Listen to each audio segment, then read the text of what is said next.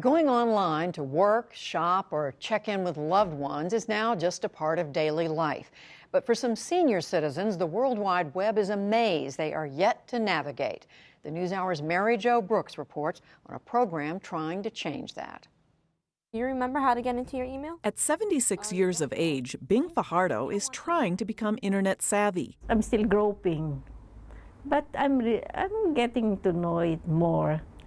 But it will take a little time. But just like that is fine. Although Fajardo worked with computers as a secretary for many years, using the internet is a completely new experience.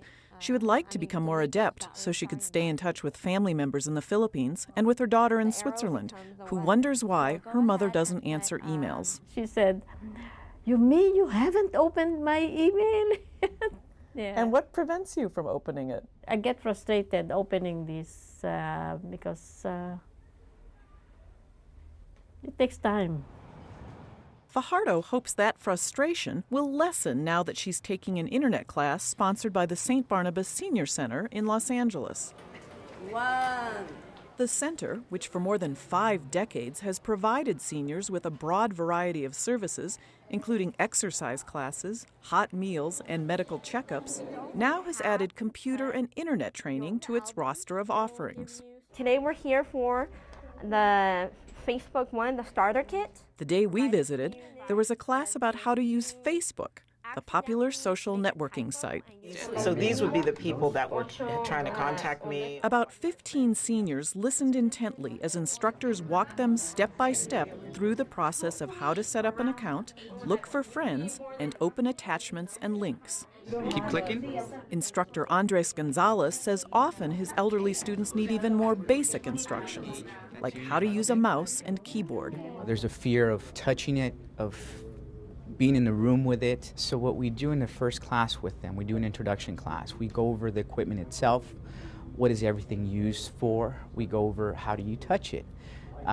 Unless you're banging it, you're not going to break it. But helping seniors overcome this digital divide is a daunting task. The Pew Research Center estimates that only about half of all Americans over the age of 65 use the internet. That number is certainly up from the year 2000, when just 13% were online.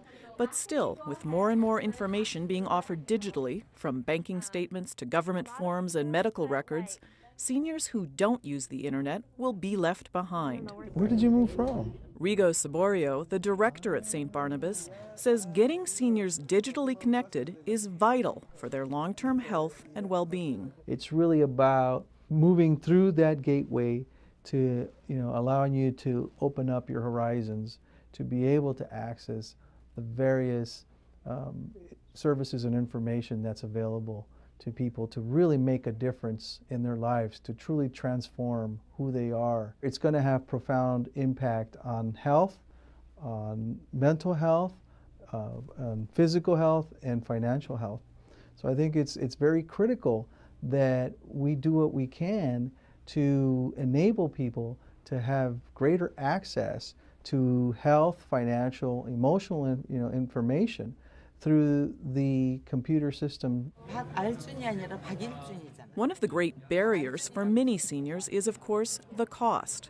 That's one reason St. Barnabas established a cyber cafe, where for a small monthly fee, seniors get unlimited use of the computers, the Wi-Fi, and one-on-one help with technical questions.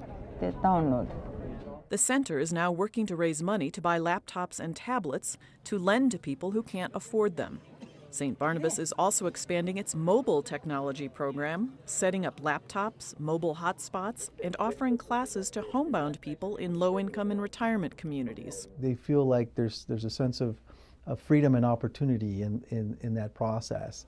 When they're able to use email and all of a sudden they're actually communicating with a friend or a loved one far away, and that big smile, it just brightens your day, and then you're making a difference. I like to see friends of mine that I haven't physically seen in a couple of years. That's certainly been the case for 78-year-old Philip White. He says he was initially slow to embrace certain kinds of social media on the computer, but he now regularly comes to the cyber cafe to check in on Facebook and use Skype to make video calls with friends around the world. A friend called me from New Jersey, and we're chatting away, and I took up pictures of my brother at a gig that he did, and my kids and my dad, and talking about my family with her.